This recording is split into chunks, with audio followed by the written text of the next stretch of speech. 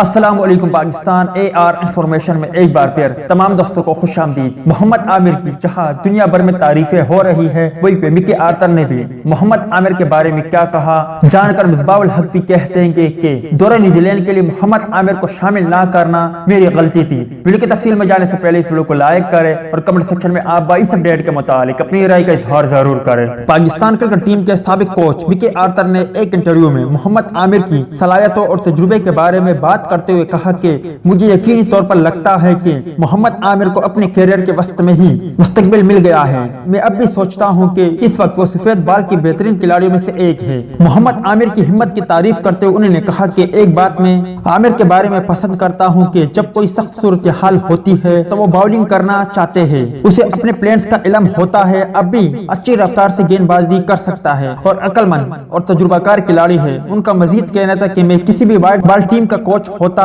تو لازمی محمد عامر کو اپنی ٹیم میں شامل کرتا۔ مکی آرتر کے اس تبصرے کے جواب میں محمد عامر نے ایک ٹویٹ میں جواب دیا، شکریہ کوچ، میں دنیا میں کہیں بھی آپ کی کوچنگ میں کھیلنا پسند کروں گا۔ امید ہے دوستوں کہ آج کی ویڈیو بھی آپ کو پسند آئی ہوگی۔ ملتے ہیں کسی نیکسٹ ویڈیو میں، تب تک کے لیے اجازت دیجیے، اللہ حافظ۔